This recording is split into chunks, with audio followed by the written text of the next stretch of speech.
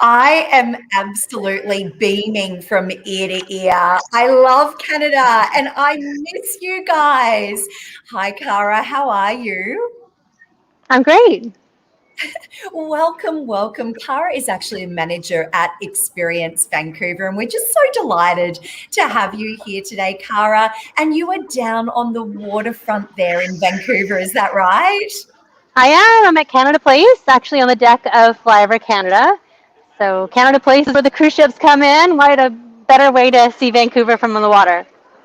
Oh, God, absolutely. Vancouver is just one of those magical cities that I love revisiting and revisiting. And certainly for people that have yet to go over to Vancouver and experience Vancouver, I know that this has to be one of those destinations on their bucket list for sure. When we go to Vancouver, certainly a lot of people do use it as a sort of jumping port, I guess, to start their tours of the Canadian Rockies or the cruises up the Alaskan coastline, which in themselves is a magnificent experience. But I think you'll agree with me, Cara, that you really need to stop in Vancouver and spend some time there. Yeah, definitely. We have a lot to offer beyond just being a place you can start your trip or end your trip. We always have people come in and say, I wish I knew there was more to do here. I wish I knew what there was in Vancouver before I planned my trip because there always just not enough time to see what they want to see when they visit us. Oh, gosh, yeah, absolutely. And just a reminder to all our viewers today, thank you so much for popping on this morning, Australian Eastern Standard Time, of course, but it is afternoon over there where Cara is in Vancouver. But pop on and comment below. Where are you watching from today? Is Canada on your bucket list for when our borders open and we can start traveling again? Let us know. Have you been to Canada before? Have you been to Vancouver? What was your highlights? Please, let's share because travel is such a beautiful sharing experience. Cara, you just mentioned that there's so much to see and do in Vancouver, and people really do wish that they had stayed for that little bit longer. How long would you recommend our travelers stay in Vancouver and explore? Well, I'd say that most people tend to stay about 3 to 5 days and get to see a good amount of Vancouver because you do want to go visit those other places in our area, in our province. So 3 to 5 days tends to be pretty good to get a good idea of what to see and do, but also be able to do some of those like day-long activities, like things like whale watching or heading, going for a hike, things that are like going to take a lot of time out of your day, but really worth the adventure and the opportunity to see more of the Vancouver than just the city because we are, we have mountains, we have ocean, we have so much more than just the city. Oh, gosh, absolutely. I think that's the beauty of Vancouver, isn't it? You are a city, but surrounded by so much incredible natural beauty right on your doorstep. So let's talk about those highlights that we really need to see and do when we're in Vancouver. I almost said Victoria, but I'm sure Victoria is one of those destinations that we need to get over to, of course. Tell me, what is on your list? What must we come and see? Well, you have to see Stanley Park. I don't think anyone can come to Vancouver without seeing Stanley Park. So Stanley Park, you can actually see it from here. It's about 400 hectares of park outside the city. This is the city right here, and the park's right there. So you have to go to Stanley Park. You can cycle, bike all the way around the perimeter, about 10 kilometers all the way around. There's a great aquarium within the park. We have beaches, but also just going for a walk or a hike within the park, and you don't feel like you're in the city at all. Another thing that you can't miss is obviously Granville Island.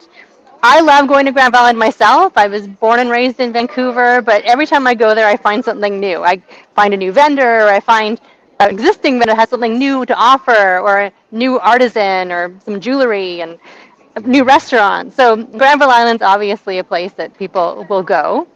I really like sending people on a float plane or a flight seeing tour, as we say. They actually leave from here as well, and you get to see Vancouver from the air. And because you can see the mountains from here, and it's 30 minutes by driving, you can get there within seconds if you're on a plane. So being able to see the city from the air and just kind of getting an idea of how big Vancouver is, but then also the mountains and how beautiful it is, and just behind that mountain's another mountain range and then another mountain range.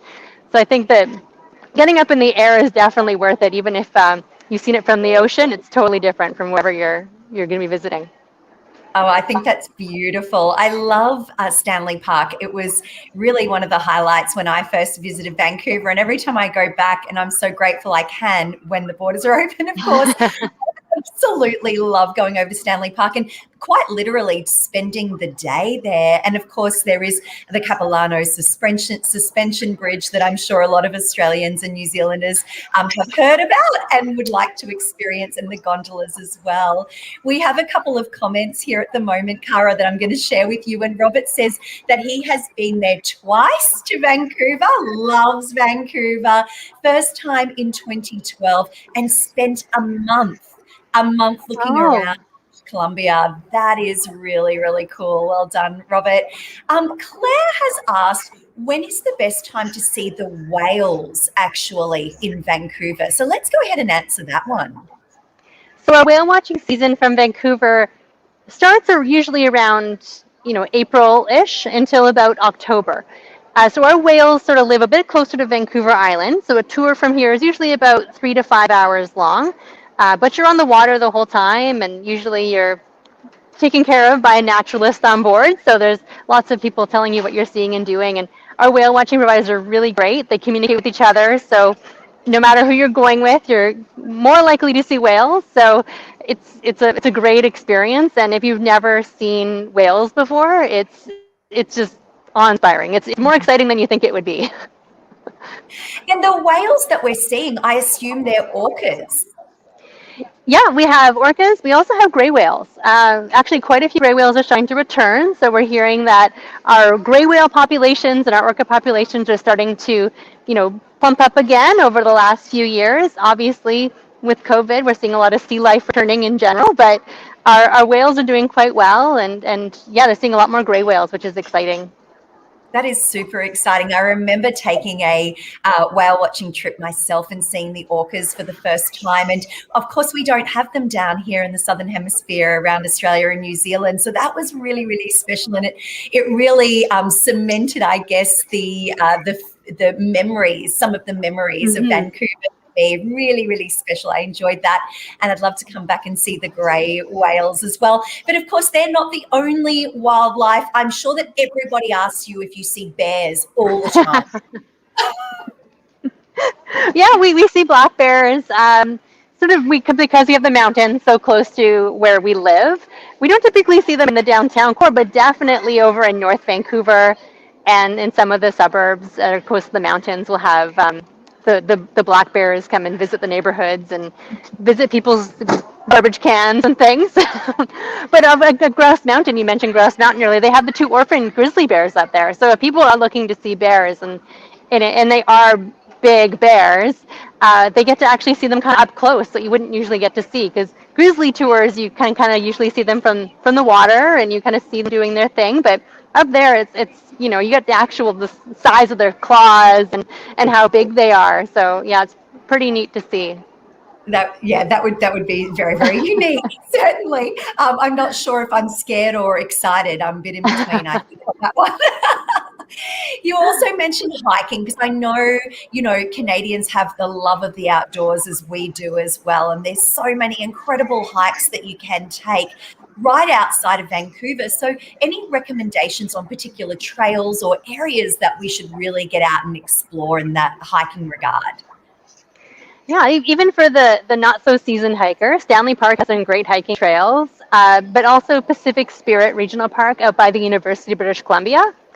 There's some light hiking there, but again, you don't feel like you're in the city, and you get really nice views of the water and the ocean. So those that are a bit more adventurous, the Grouse Grind. So if you don't want to take the gondola and sky ride up to the top of Grouse Mountain, you can hike all the way up we call it Mother Nature Stairmaster. So you can go all the way at the top of Grouse Mountain and hike up there, and then visit the grizzly bears and see the lumberjack show. But yeah, tons of hiking over in North Vancouver, and it all depends on your time of year you're here, because we do get snow over in the mountains, and then also your ability level. But there's great hiking even, at sea level. That's awesome. I love it. A lot of people when they're traveling the world, they love going and experiencing different foods or local foods or foods that are just really, really well known to that region. Would you have any recommendations there for us?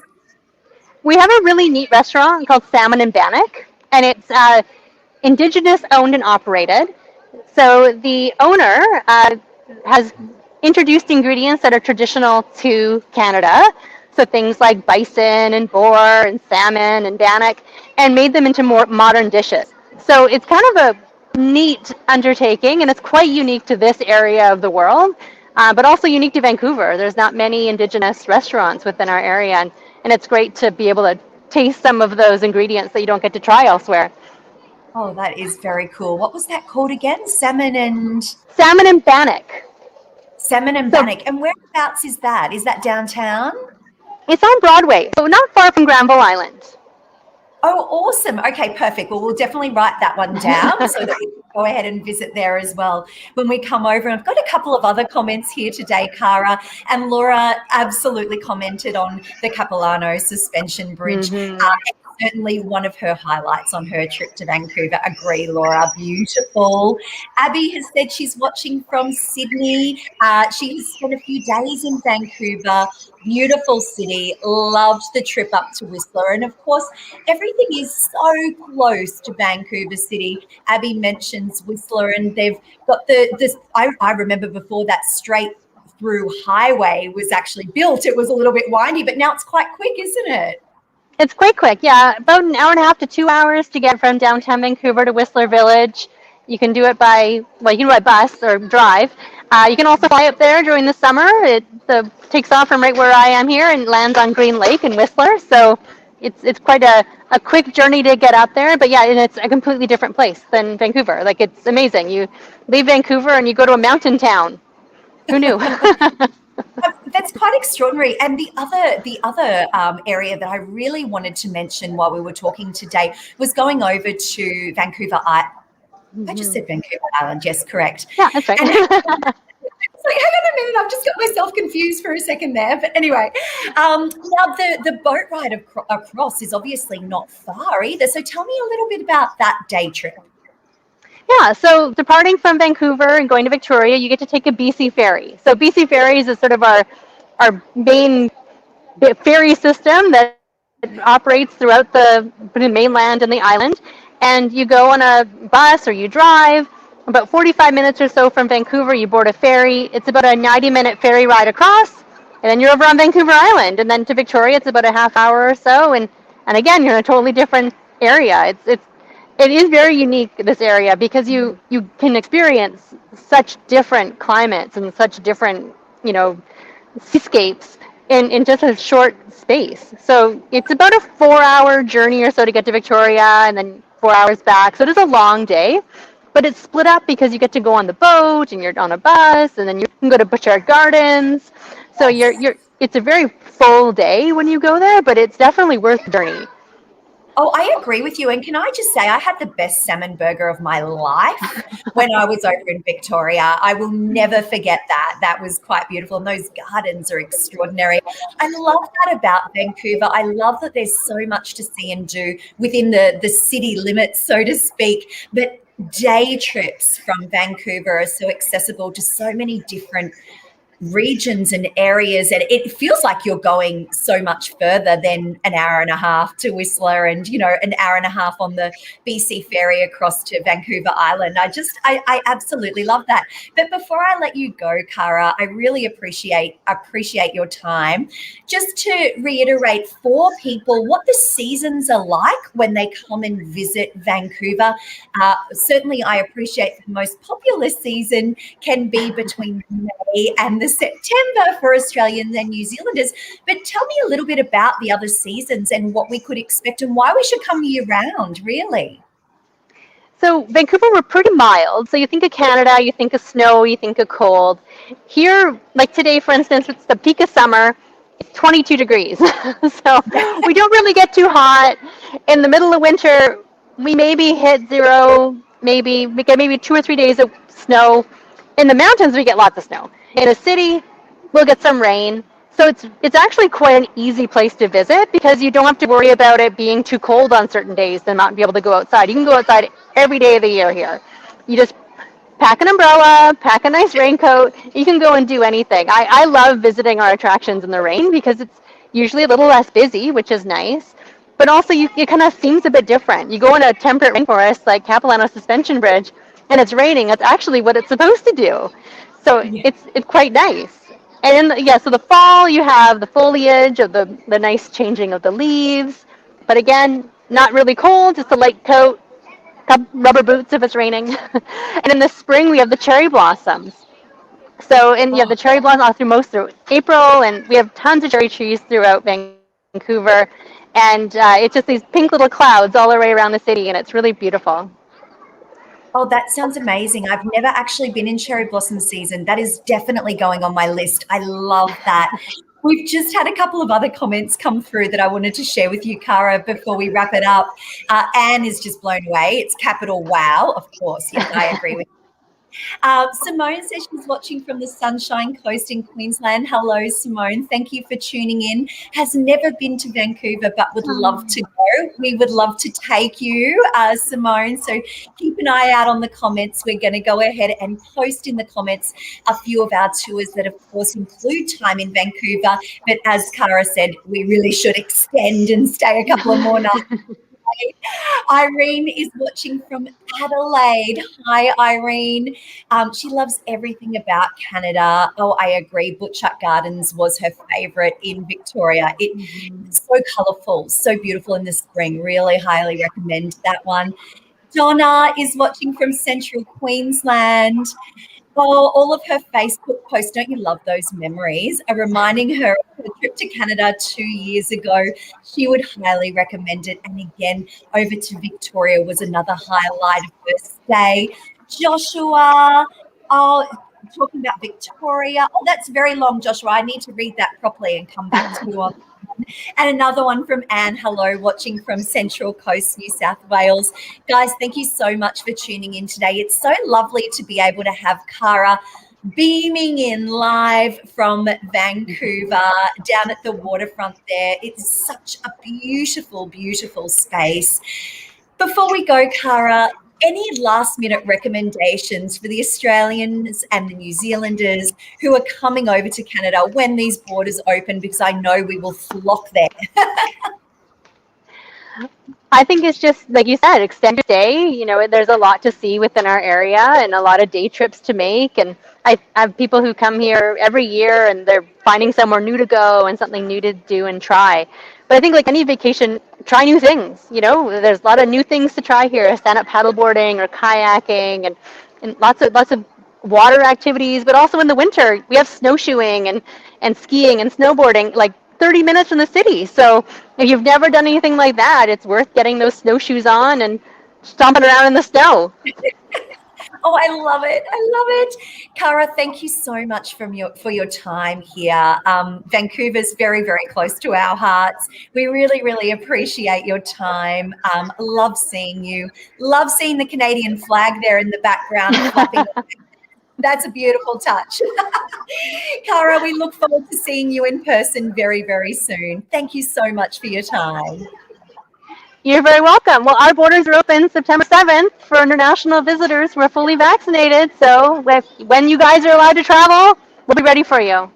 We're there. Sounds good. Thanks, Cara. See you soon. Thank you. Bye-bye.